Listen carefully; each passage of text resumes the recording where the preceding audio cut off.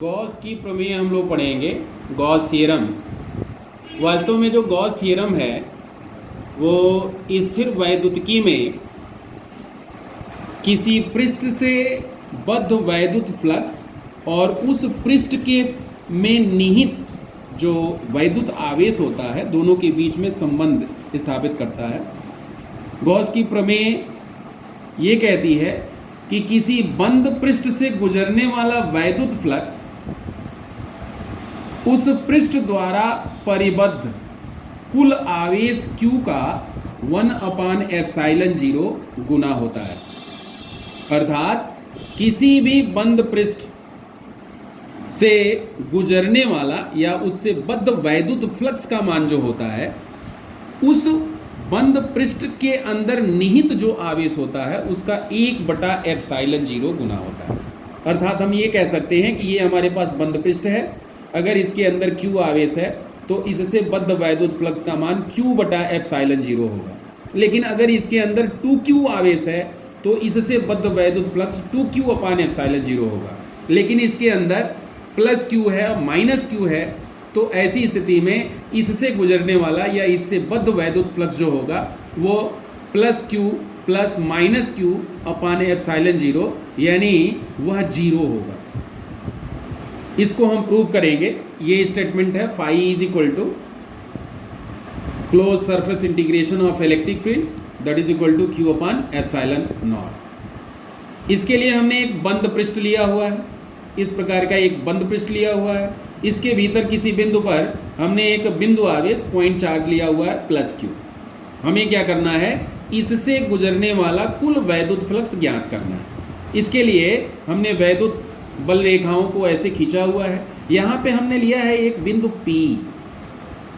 इस बिंदु P के चारों तरफ एक सूक्ष्म क्षेत्रफल dA लिया गया है जिसका क्षेत्रफल वेक्टर dA है। इसका क्षेत्रफल वेक्टर dA है। यहाँ पर वैद्युत क्षेत्र की दिशा ये है, ये वैद्युत क्षेत्र की तीव्रता वेक्टर E है। इस बिंदु पर इन दोनों के बीच में कोण थीटा है। हम यहाँ पे इस सूक्ष्म क्षेत्रफल से बद्ध वैद्युत फ्लक्स की गणना करेंगे और हमें पता है कि इससे बद्ध या इससे गुजरने वाला जो वैद्युत फ्लक्स होगा वो होगा E.dA that is equal to EdA cos theta. यहाँ वेक्टर E और dA के बीच का कोण थीटा है। अब यहाँ पे आपको पता है कि किसी बिंदु आवेश से r दूरी पर स्थित बिंदु पर वैद्युत क्षेत्र की तीव्रता का जो सूत्र होता है E is equal to 1/4πε0 Q/r²। यह मान इसमें रखेंगे तो मिल जाएगा d phi E is equal to E की वैल्यू हमने प्लेस कर दी Q/4πε0 dA cos θ/r²। और यह हो जाएगा Q/4πε0 इंटू डी ओमेगा हमने पढ़ाया हुआ है dA cos θ/r²। यह घन कोण है। dA cos θ/r² is equal to D omega. क्षेत्रफल अवयव dA द्वारा O पर अंतरित घन कोण है। अब यह तो इस सूक्ष्म क्षेत्रफल से बद्ध वैद्युत फ्लक्स है। हमें इस पूरे पृष्ठ से बद्ध वैद्युत फ्लक्स ज्ञात करना है, इस पूरे पृष्ठ से गुजरने वाला वैद्युत फ्लक्स ज्ञात करना है। इसके लिए हम इसका समाकलन करेंगे, दोनों पक्षों का समाकलन करेंगे। तो ऐसी स्थिति में इंटीग्रेशन d फाई E की वैल्यू फाई E हो जाएगी और राइट हैंड साइड में Q/4πε0 d ओमेगा होगा। Q/4πε0 को आप बाहर कर लोगे और इंटीग्रेशन d ओमेगा की वैल्यू होगी ओमेगा। और किसी भी बंद पृष्ठ द्वारा उसके केंद्र पर जो अंतरित घन कोण होता है वह होता है 4π। अब यह 4π से 4π कैंसिल हो जाएगा और यह वैल्यू मिल जाएगी Q/ε0। यही गॉस की प्रमेय है। अब इसमें कुछ पॉइंट्स हम देख सकते हैं। ये कोई बंद पृष्ठ है, इसके भीतर Q1 Q2 minus Q3 plus Q4 minus Q5 आवेश है। इससे कुल वैद्युत फ्लक्स का मान ज्ञात करने के लिए फाई E बराबर Q1 plus Q2 plus minus Q3 plus Q4 plus minus Q5/ε0। इसको हम लिख सकते हैं सिग्मा Q/ε0। सिग्मा Q क्या है? इस बंद पृष्ठ के भीतर सभी आवेशों का बीजगणितीय योग है। यानी फ्लक्स निकालने के लिए हमें इनके चिन्ह का ध्यान रखना पड़ेगा, प्लस माइनस का ध्यान रखना पड़ेगा। इनका परिमाण नहीं जोड़ना है, उनके परिमाणों को उनके चिन्ह के साथ जोड़ना है, यानी sigma Q upon epsilon not होगा। अगर किसी पृष्ठ के बाहर कोई आवेश है तो उसका कंट्रीब्यूशन इलेक्ट्रिक फ्लक्स के लिए जीरो होता है, वैद्युत फ्लक्स के लिए जीरो होता है।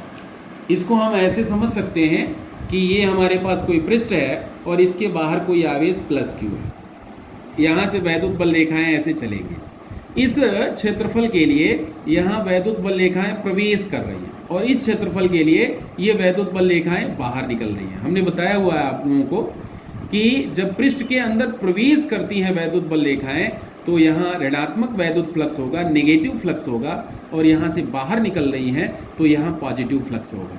जितना नेगेटिव फ्लक्स होगा उतना पॉजिटिव फ्लक्स होगा, यानी नेट कंट्रीब्यूशन इसका जीरो हो जाएगा। यदि इस बंद पृष्ठ के भीतर निर्वात अथवा वायु के अलावे कोई दूसरा परावैद्युत माध्यम हम भर दें जिसका परावैद्युतांक k हो, तो ऐसी स्थिति में गॉस का प्रमेय फाई ई बराबर क्यू अपान एप्सिलॉन होगा, और एप्सिलॉन का मान हमको पता है एप्सिलॉन 0 k है, जहां k इस माध्यम का परावैद्युतांक है। बड़ा महत्वपूर्ण बिंदु है ये। वैद्युत फ्लक्स बंद पृष्ठ के आकार पर निर्भर नहीं करता। यहाँ हमने 3 चित्र बनाए हुए हैं, 3 गोले बनाए हुए हैं, आपको दिख रहा है। ये सबसे छोटा गोला है, इससे बड़ा है, सबसे बड़ा है, लेकिन सबके केंद्र पर क्यू आवेश है, समान आवेश है। तो हमने इनके फ्लक्स का मान निकाला हुआ है, फाई 1 बराबर फाई 2 बराबर फाई 3 बराबर क्यू अपान एप्सिलॉन नॉट। चाहे वह गोला कितना भी बड़ा हो, उसके भीतर जो आवेश है केवल और केवल उस आवेश के मान पर ही यह वैद्युत फ्लक्स निर्भर करता है। आवेश के चारों तरफ का माध्यम क्या है और उस आवेश का मान कितना है। फाई 1 बराबर phi 2 is equal to phi 3 is equal to Q upon epsilon naught. हम कह सकते हैं कि वैद्युत फ्लक्स का मान गोलीय पृष्ठ के आकार पर निर्भर नहीं करता है, वो बड़ा है या छोटा है, उसके अंदर जो आवेश का मान है, आवेश का जो परिमाण है, केवल उसी पर निर्भर करता है। वैद्युत फ्लक्स इस गोलीय पृष्ठ की आकृति पर भी निर्भर नहीं करता है। ये जो बंद पृष्ठ हमने लिया हुआ है, यहाँ पे गोलीय लिया हुआ है, यहाँ पे कोई शेप ले लिया है जो कि ज्यामितीय शेप नहीं है, ज्यामितीय आकार नहीं है, यहाँ हमने क्यूब ले लिया है, लेकिन सबके भीतर क्यू क्यू आवेश लिया गया है, और इसलिए हम देख रहे हैं कि सबके आवेश का मान भी सबका जो सबसे बद्ध वैद्युत फ्लक्स का मान है वह भी बराबर है। फाई 1 बराबर फाई 2 बराबर फाई 3 बराबर क्यू अपान एप्सिलॉन नॉट। इस आधार पे हम कह सकते हैं कि किसी भी बंद पृष्ठ से बद्ध वैद्युत फ्लक्स का मान पृष्ठ के आकार पर भी निर्भर नहीं करता है और उसकी आकृति पर भी निर्भर नहीं करता है। धन्यवाद।